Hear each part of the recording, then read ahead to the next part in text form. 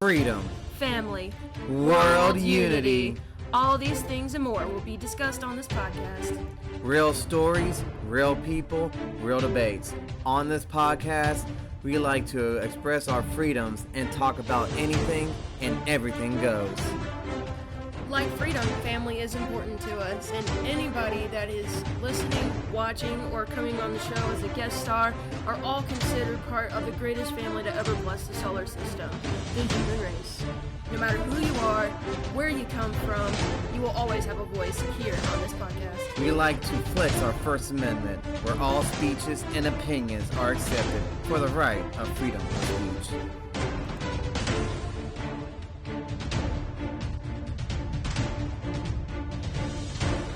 We have a saying we like to live by.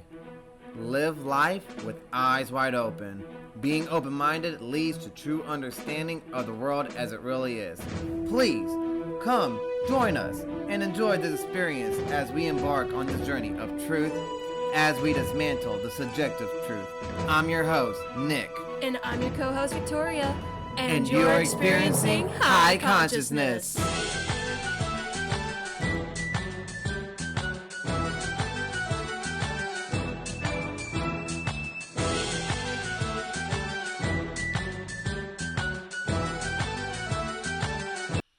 Disclaimer. Any and all information on topics presented to the best of all who is present in each episode's knowledge. The goal of this podcast is to bring people together and set the example we all wish to see in our everyday lives. Whether it's home life, education, politics, history, business, etc. Any and all subjects can and will be talked and peacefully debated about on this podcast. On debate episodes, there will be a set rules of debate that hosts and guests alike must follow. We ask that you, the audience, like we ask of our guests, in the comments to please try to keep the language as clean as possible. We are a podcast for entertainment as well as educational purposes. Here, we are all equal no matter what race, age, or gender. Thank you, and enjoy the show. Hi, y'all. And welcome to another episode of High Consciousness. I'm your host, Nick. And I'm your co-host, Victoria, and we are High Consciousness. Consciousness.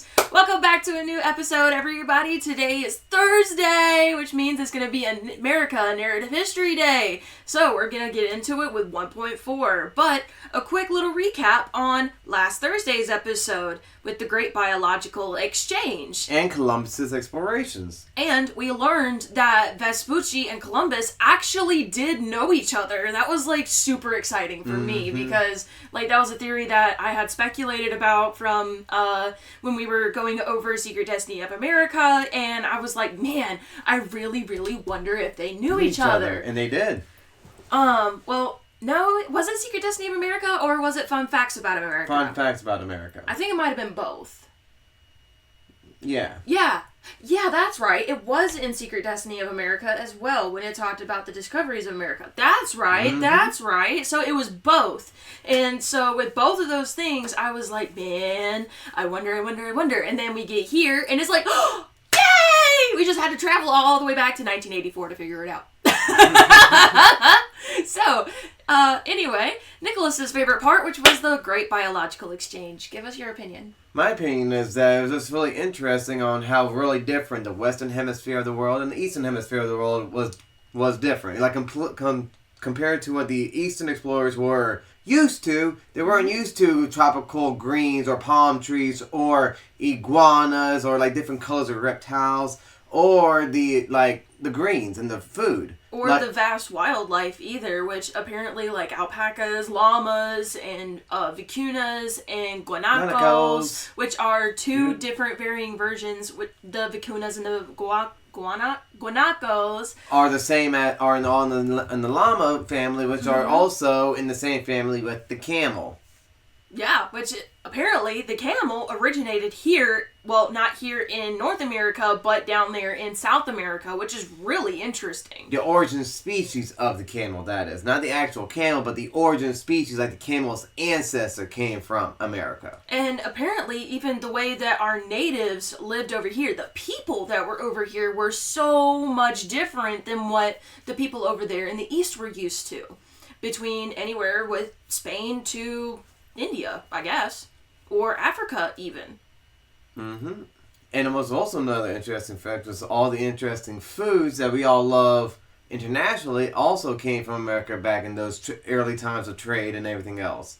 because corn was actually a nature mistake between not nature's mistake. Yeah, well, technically speaking, how it was made was by accident. So what's an accident? Also might be considered a mistake, or Let's call it the Bob Ross theory, the happy accident, because everybody loves corn.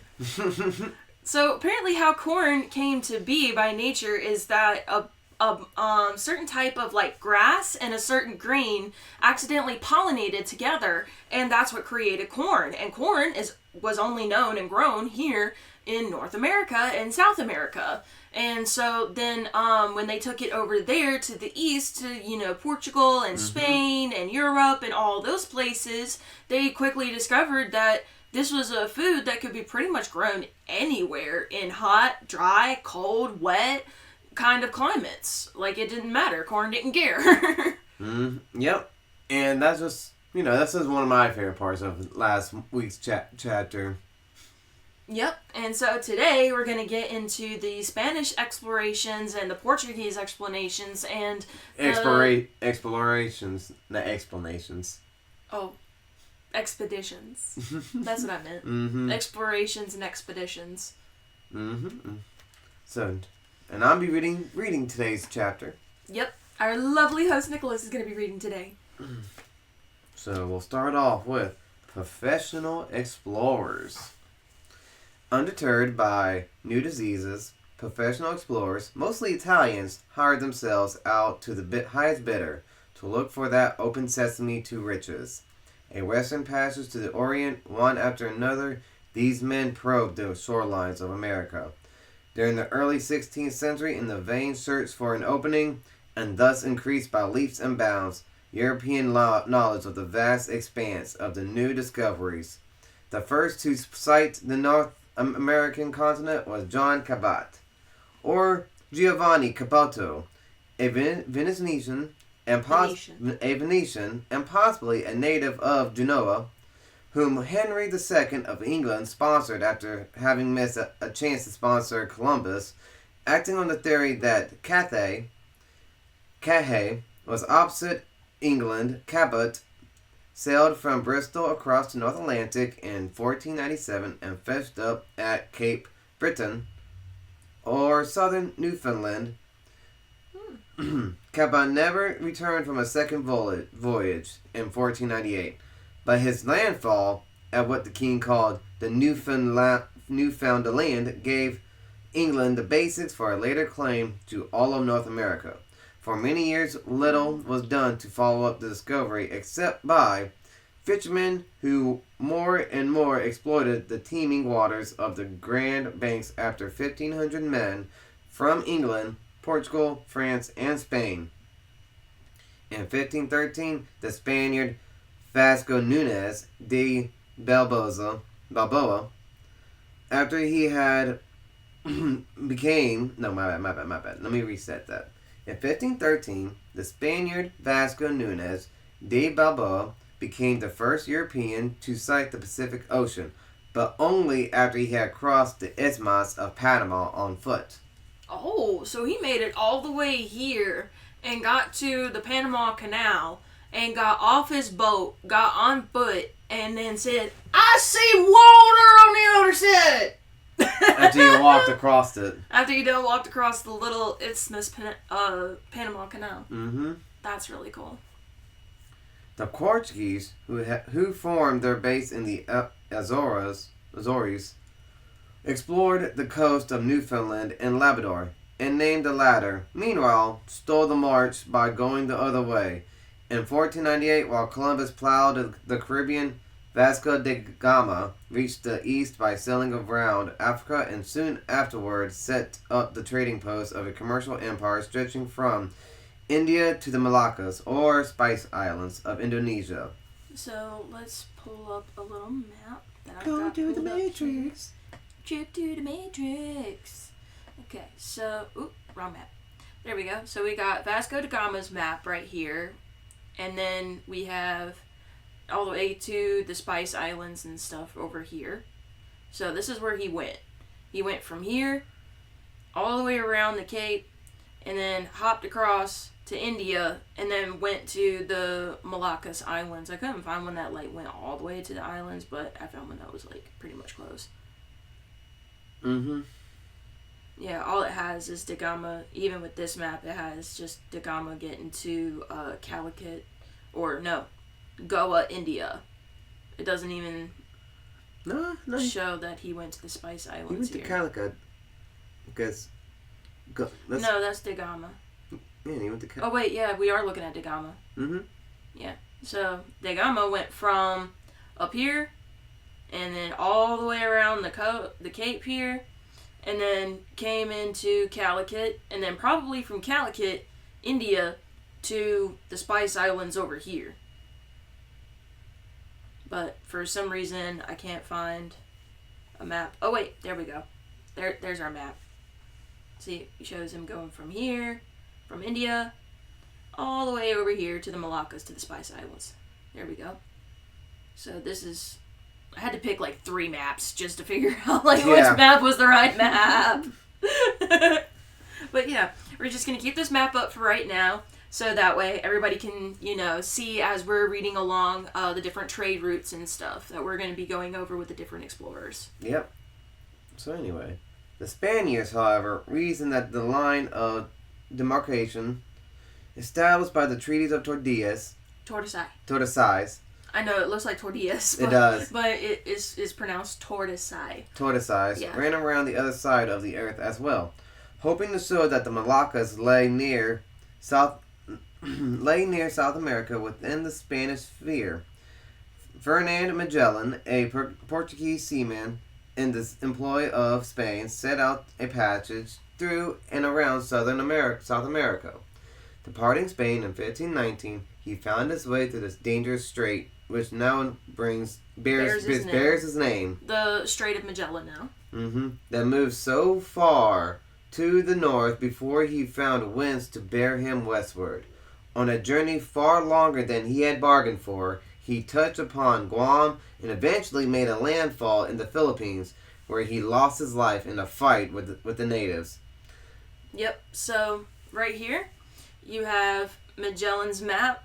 So it appears he went from Portugal all the way down this way, because you got all of our arrows pointing downwards this way, around the Cape of South America here, went up and around through here from the Spice Isles, and that's probably where, he met his end, and then his boys ended up, his navigator ended up bringing the bacon home. Which will say his name, which is led by Magellan's navigator, Sebastian del Cano. However, the remaining 2 ships made their way to the Moluccas, picked up a cargo of spices, and one of them, the Victoria, returned to Spain in 1522. This first voyage around the globe, quickened Spanish ambitions for empire in the East, but after some abruptive attempts at establishing themselves there, the Spaniards, beset by war with France, sold Portugal their claims to the Moluccas. From 1565, however, Spaniards would begin to penetrate the Philippines. Discovered by Magellan and named for the Spanish prince who became Philip II, in the 17th century, the English and the Dutch world would oust Portugal from most of its empire, but for a century, the East Indies was Portuguese. Oh, so the Philippines was named after Prince Philip, who eventually became King Philip? Mm-hmm. Okay, I've always wondered where the Philippines got their name from. I mean, I knew it had to come from some kind of, explorer or king or whatever. Yeah, it came from Philip. King Philip. Well, Prince Philip at the time. Mm-hmm.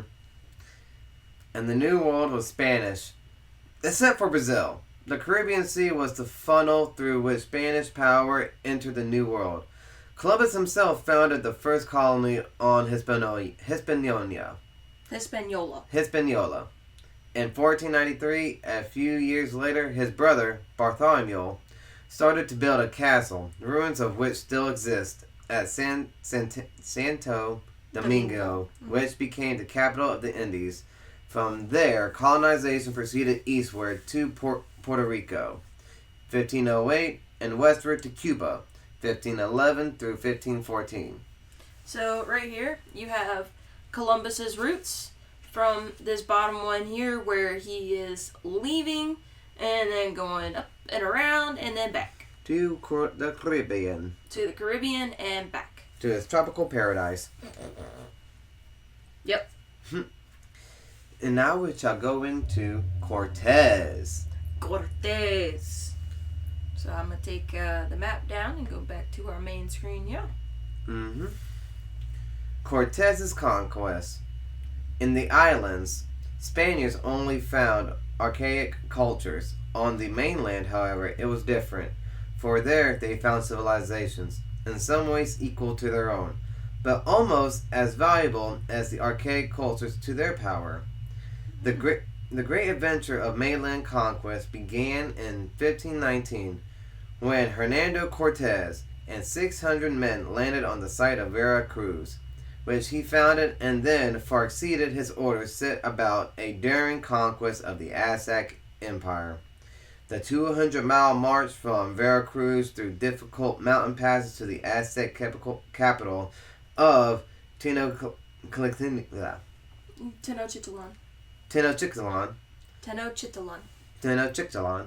Yeah. Or a.k.a. Mexico City. Which is Mexico City now. And the subjugation of the Aztecs was one of the most remarkable feats in human history. But Cortez had some advantages, and made the most of them. An acute judge of character and a gifted diplomat as well as military leader, he landed in a region where the people were still fighting off the spread of Aztec power, and were ready to embrace new allies to the Aztecs. And ooh, so right then and there, like that tells us that when Cortez showed up, the Native Americans were already at war with each other. And whichever side that wanted to be rid of the Aztecs were the ones that teamed up, which was like Montezuma and friends, teamed up with Cortez, right? I believe so.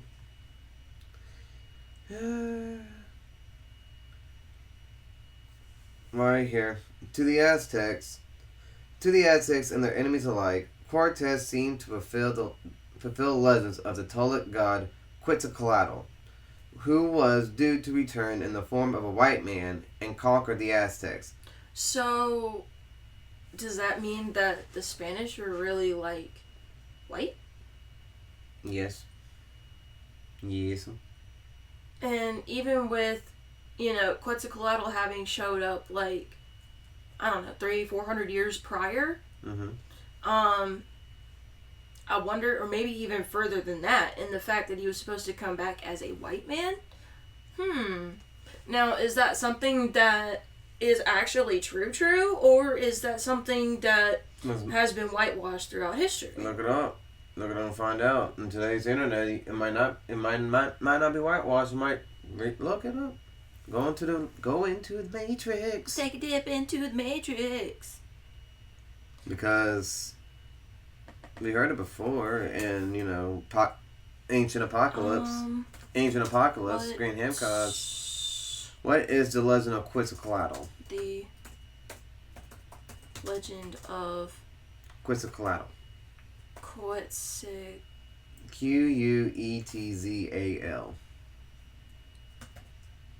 There it is, right there. Coatl. Okay. I got it pretty much spelled right. Legend of Quetzalcoatl's return. How about that?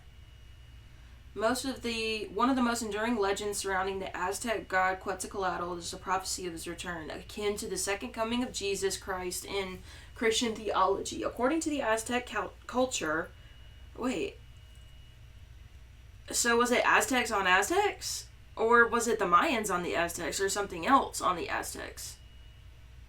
Because our book here tells us that this is where it becomes a little bit misleading because of two information. This one source is from 1984, and we're jumping 40 years ahead. Okay, so according to Aztec culture, Quetzalcoatl would one day return from the east So that's where the Spanish conquistador part comes in, because they're all the way on the east and they're over here on the west. Will return from the east to live again among his people, bringing them prosperity and enlightenment. Well, that didn't really happen with Cortez, now did it? I mean, they kicked the natives' butts, but they ended up killing all of them, pretty much.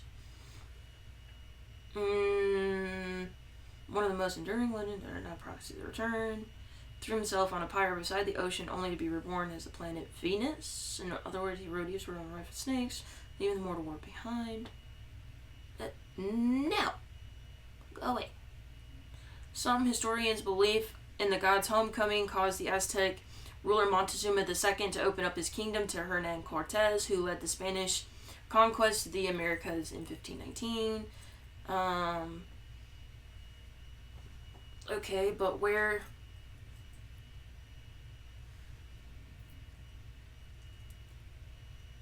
Okay, so the depiction of Quetzalcoatl as a god with a serpent head alongside the veneration of human saints and the Virgin Mary reflects the resilience of indigenous culture in the face of colonial oppression. But that doesn't give me... what we necessarily are looking for. So maybe he wasn't supposed to be just a white man. It was supposed to be someone that's coming in on feathered serpents. Which, I mean, ships are kind of like that, especially if they're built a certain way. Return. Oh. What is Legend of Quetzalcoatl's return? In person, maybe? Is how I should pose that question? Like, what's he supposed to look like? Wait. What is Quetzalcoatl supposed to look like? How about that? Quetzal. What is, but I just can't spell Quetzalcoatl.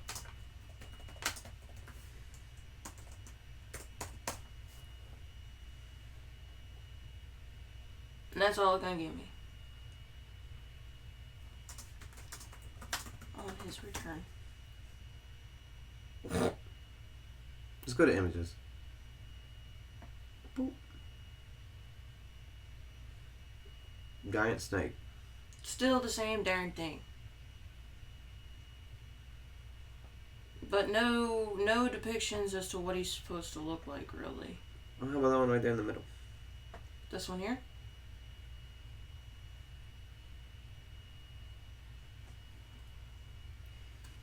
Well, that's no white man. But we can't find a description that says he has to specifically be a white man. So I wonder what the real legend says. Like, does he come from, I mean, maybe he comes from the English. I don't know. No, but $5. $5 bucket. Finger looking good. And the legend. Come on. No, I don't want to know what he looks like when he first frickin' appears. I want to know what he looks like.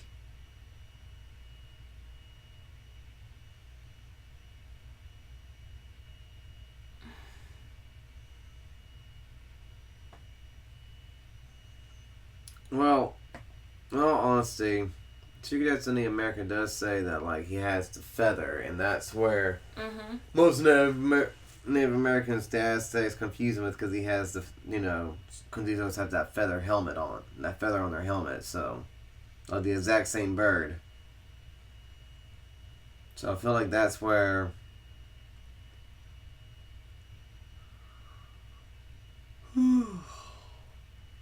where the confusion comes from.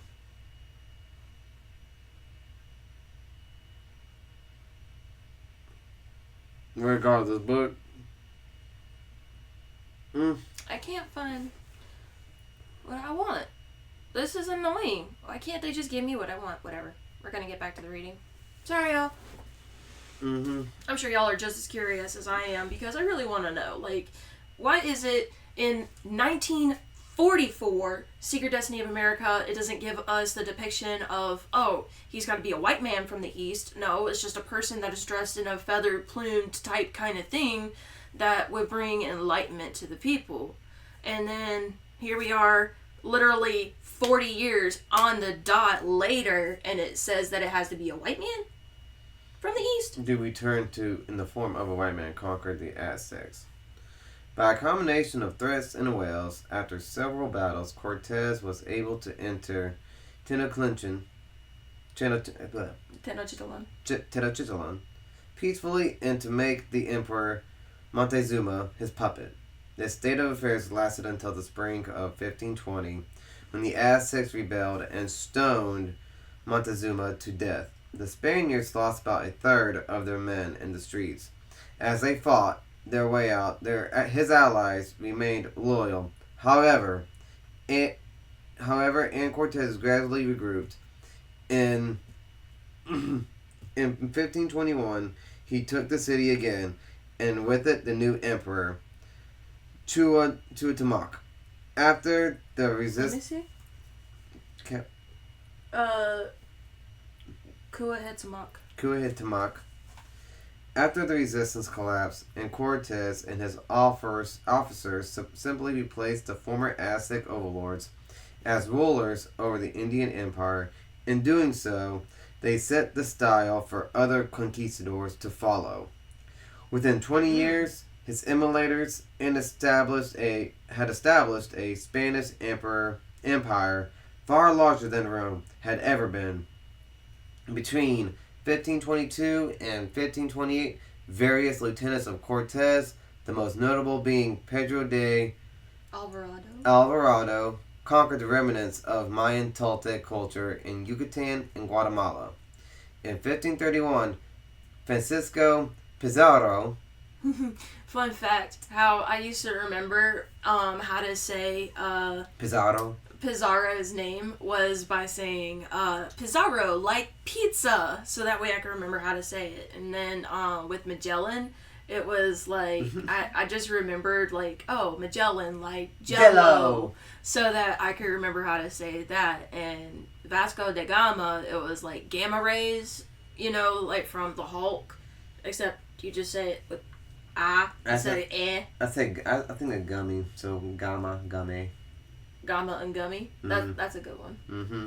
See, I think gamma rays because I'm a nerd. I think it's gummies because I like sweets and I'm a sweet tooth. That you are. Pizarro took a band of soldiers down the Pacific coast of Panama toward Cusco, the seat of the Inca. Along the way, he was able to play off against each other the supporters of rival claimants to the throne of the Inca, and to capture the leading claimant, Atapupa. Claimants. Atahopa. Atahopa.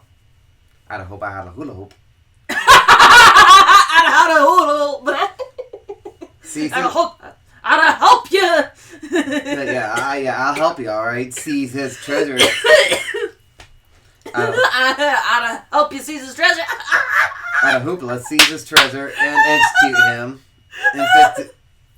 Sorry. And execute him in 1533 after a trial on trumped-up charges of usurpation, idolatry,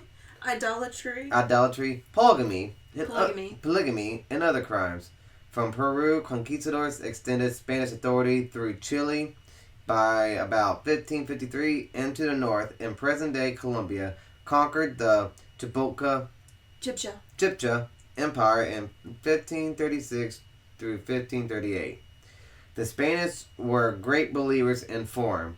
Before entering upon each new conquest, Spanish generals read a requirement to the native people. This curious document recited Christian history from the creation to the time of Pope Alexander VI and called upon the Indians to accept the authority of the Castilian crown as granted by the Pope. Failure to do so... Castilian crown as granted by the Pope. Failure to do so result in subjugation, and loss of property, and even more dire consequences. Resultant death and damages shall be your fault, the paper added, not that of the Spaniards. The requiremento was repeatedly pronounced before battle, and while it may have helped to solve consciousness, salve, not slave, salve. Well, salve and Slav is all the same. Slav on the knob. Slav on my knob. Honda the knob. Tom knob. Honda the knob. Salve. Salve. Gotta call Salve. Gotta call Saul. Salve. Salve. Mm-hmm. Down from the south.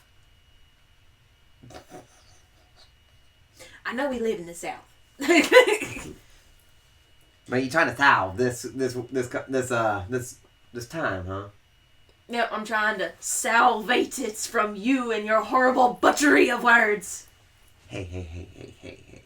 My butchery of words is what keeps the people going.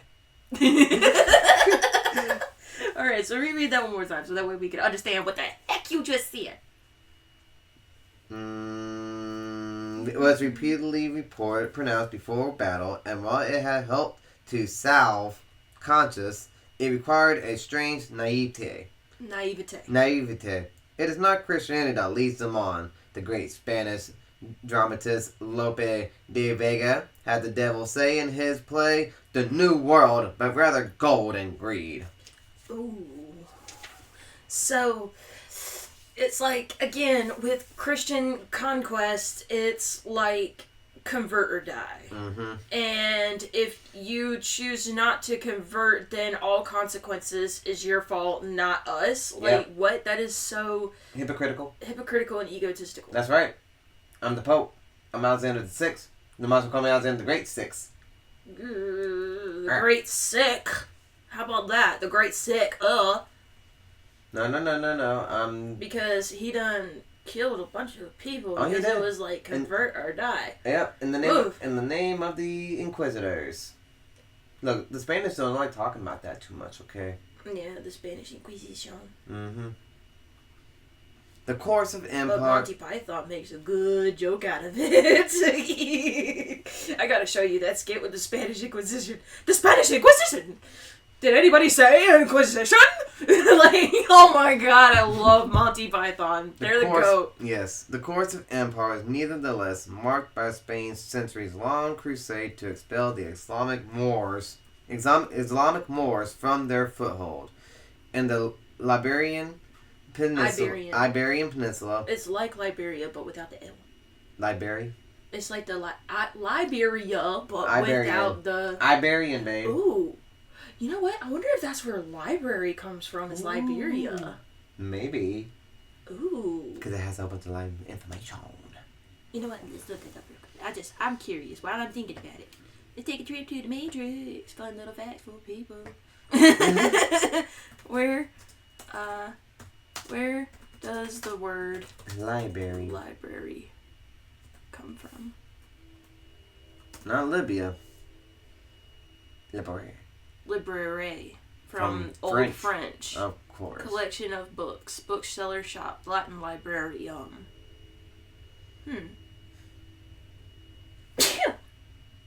That's the best you. Ow. I bit my tongue. Oh, that felt great. I always bite my tongue when I sneeze. Every freaking time, dude. Mm-hmm. Does anybody else get that? Does anybody else bite their tongue when they sneeze? Am I the only one?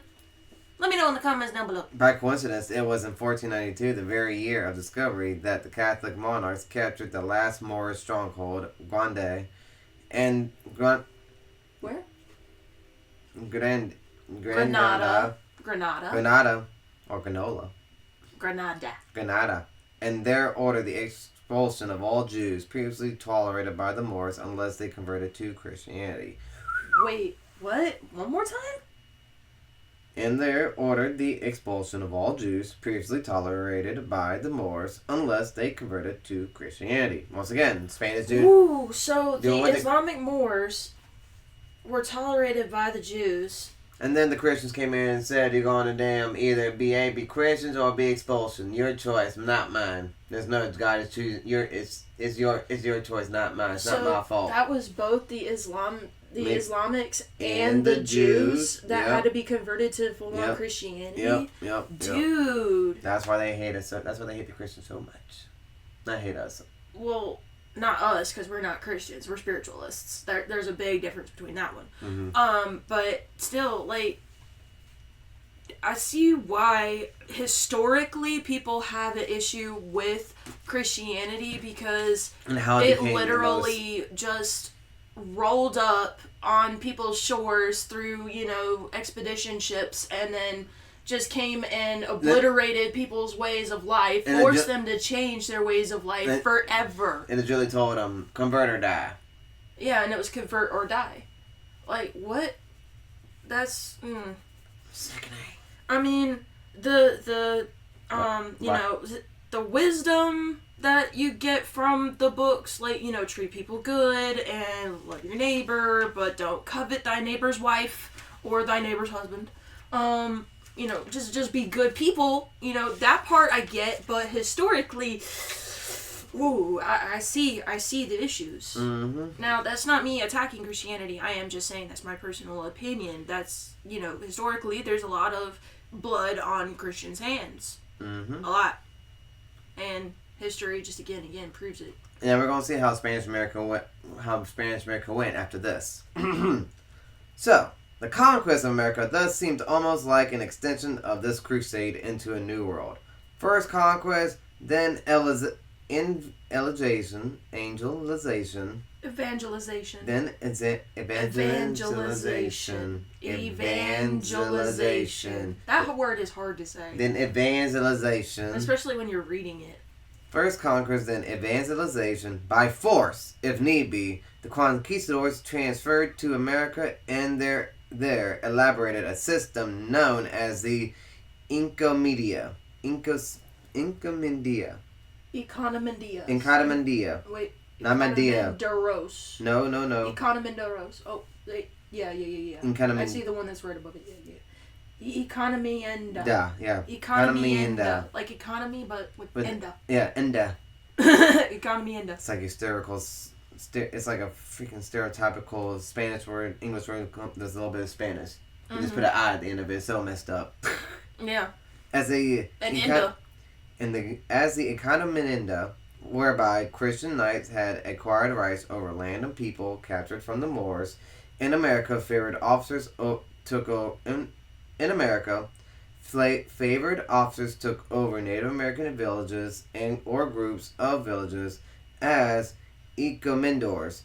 They were called upon to protect and care for the village and support a missionary clergy. In turn, they could levy tribute in goods and labor. Spanish America therefore developed from the start a society of extremes, conquistadors and encomendors, who sometimes found wealth beyond the dreams of avarice, if more often just a crude affluence and subject peoples who were held in poverty. So in other words, this is basically what we were talking about, how messed up the Spanish Inquisition was in America. And how it was like they taxed the crap out of all the people and made themselves rich and fat in their pockets. Mm-hmm. What were left of them? And it was the clergy that did it, because the ecomendoros are those are like the guards of the guard, pretty much. That are like the ones that are like, give your money to the church, give it here, give it Long here. story short, you had the commendors that were like the police, and the ecomendos who were or they were the tax credit police. No. That's the ecomendos. That was the tax credit police. That was the IRS. Yeah. And then you got the conquistadors who were like the police. So you got the IRS and the police early in the day. Yep. And before they even knew what it was. And what were left of them? That is, by the mid-1500s, Native Americans were nearly extinct in the West Indies, reduced more by European disease than by Spanish exploration. To take their place, the colonizers as early as 1503, began to bring in black slaves from Africa, the first in a monopolical traffic, then eventually would bring over 9 million people across the Atlantic in bondage. In all of Spain's New World Empire, by one informed estimate, the Native American population dropped from about 50 million in the outset to 4 million in the 17th century. Ooh, ouch! And slowly rose again to 7.5 million. Whites, who tolerated no more than 100,000 in the mid-17th century, numbered over 3 million by the end of the colonial period. The Native Americans did not always want for advocates. However, Catholic missionaries in many cases offered a sharp contrast to the conquistadors, setting as examples of self-denial. They went out into remote areas, often without weapons or protection, to spread the gospel, and often suffered martyrdom for their resort efforts. Among them, meaning that they died as as martyrs for Christianity and Catholics because they went in no weapons, no protection. They're just trying to spread the gospel. Literally trying to the tribes, and the tribes just would club them to death. No, literally killed them to death. Among them, but among them rose defenders of the Native Americans, the most noted of whom was Bartolomé de las Casas, a priest in Hispaniola from 1502 through 1514, and later Bishop of Chiapas, Guatemala, author of A Brief Relation of the Destruction of the Indies, published in 1552. Las Casas won some limited reforms from the Spanish government, but ironically had a more lasting influence in giving a rise to the so-called black legend of Spanish cruelty, which the enemy of Spain gleefully spread abroad, often as a cover for their own abuses. From such violently contrasting forces, Spanish America gradually developed into a settled society. The independent conquistadors replaced quickly by a second generation of bureaucrats. The Encyclopedia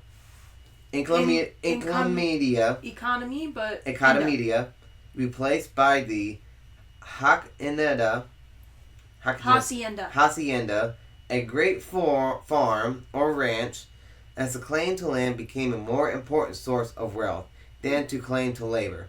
The empire was organized first into two great regions, the viceroyalties of New Spain and Peru, and eventually the viceroyalties of New Granada and La Plata. Granada and La Plata were split off. La Plata. There's no N there. La Plata. And La Plata were split off from the latter. From the outset, these were understood to be separate realms of the Castilian crown, united with Spain and with each other only in the person of the monarch, and from the outset in sharp contrast to the later English experience. The crown took an interest in regulating every detail of colonial administration.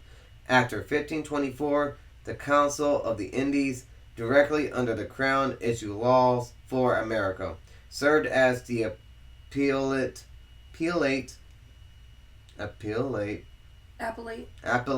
court for civil cases arising in the colonies, and had general oversight of the bureaucracy. Trade, finances, and taxations were closely watched by the Casa de Contratación, or House of Trade, set up to Seville in 1503. Alright, so let's just stop right there for a second. So, from what I understand from that, the first slaves from Africa were transported from, not English ships, but Spanish ships to South America first before they were ever shipped from English ships to America. To North America, yes. To North America. Like, the slave trade started in Spain first. Spain to America first. Spain to South America first. That's interesting. Because a lot of what we learn in school, we learn that our slave trade begins when America is being colonized. that's what we were taught in school. But right here in this 1984 history book... It's not technically wrong.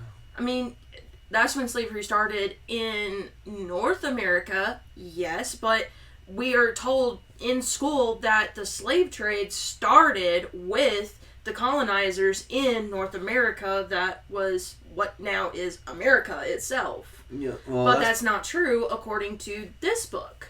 This book tells us that before there were slaves being traded to North America from English ships to North America, they were being transported from Spanish ships, Portuguese ships, from Africa to South America. But you know why, though? You want to know why? Yep. It's because where Christopher Columbus first set up shop at in the Caribbeans. But that's not... Yes, it is. Yes, it is. That's technically Middle America. And that's perfect. That's perfect. Central America. That's perfect, though, for that kind of trade. Because it goes bottom to south. Because where did Christopher Columbus come from? Spain. Yeah. So, you see where I'm coming? So, I do. But that's where like the whole thing of King started in America, not North and South America. Literally, I think we were taught, if I remember correctly, universally it was in the Americas continent, because you realize North and South America are two different continents, but are the same land. Well, yeah, North and South. I mean, yeah, but. I see where you're coming from, and I understand that, and I understand that's interesting. Like, specifically in history, I remember being taught that, in the history books, even when we're going over, the conquistadors and the Spanish trades and all that stuff, slavery never comes up until we start talking about the first colonizers in America. Mm-hmm. And how, North America was the first, continent over here to start the slave trade. No. That's not true, according to this 1984 history book. According to 1984, the slave trade started in South America, not North America. Well, you also got to realize, too, though, this is America in narrative history, so we're literally going down to South America history right now in this time. We don't know what's going on. Well, I just find it to be very interesting because this book so far lines up with Secret Destiny of America, which was written by Manly P. Hall, Freemason, 1944. So here's a book 40 years later, and it's matching up with the events and things that we're told in the other one. So this is where, the specifics do kind of matter because, especially of the politics that we're going through today. Mm-hmm. It started with the things that started all the way back in this time right here. Mm-hmm. So, right now we're just touching upon the Spanish. It's the Spanish Empire. Yeah, it's just the Spanish America and Spanish empires and explorations. And I feel like as time goes on, we're going to learn more and more. Oh, yes, most definitely. But let's finish up this last bit, and we're going to wrap up our episode after that. Yep. The cultures that grew up in Spanish America would be fundamentally unlike the English-speaking world that would arise to the north. In fact, a difference already existed in pre-Columbian America, with largely nomadic tribes to the north and the more settled and complex civilization in Mesoamerica. On the latter world, the Spaniards imposed an overlay of their own particular ways, but without uprooting the deeply planted cultures they found.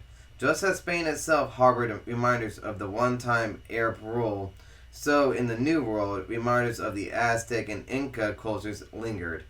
Catholicism, Catholicism, which for long centuries had absorbed pagan gods and transformed pagan feasts into such holy days as Christmas and Easter. Ooh, which is the whole thing with the Last Supper and the Olympic opening thing. How they're saying, oh, it was just a depiction of the Dionysian festival.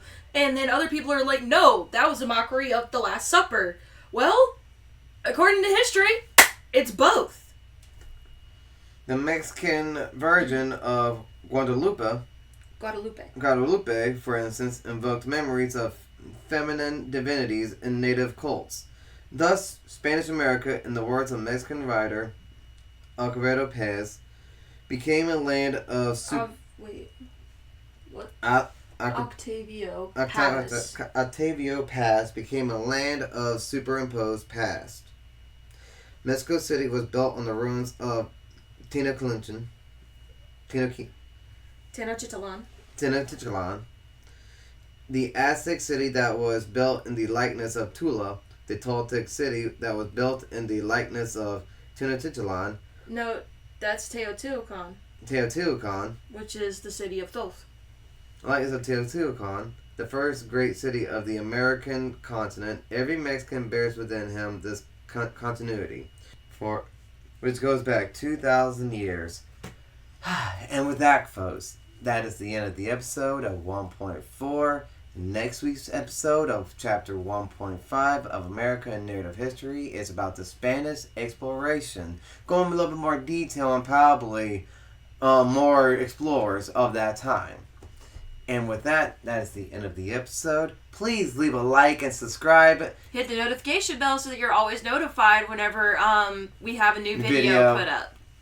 Or whenever we post something, like, hey, question of the day and stuff. I'm starting to really figure out how to get a little more engagement out of people online. So answer our questions of the day, or give us a question and we'll pose it as the question of the day. Or if you have questions about things in the subject, please let us know in the comment section down below.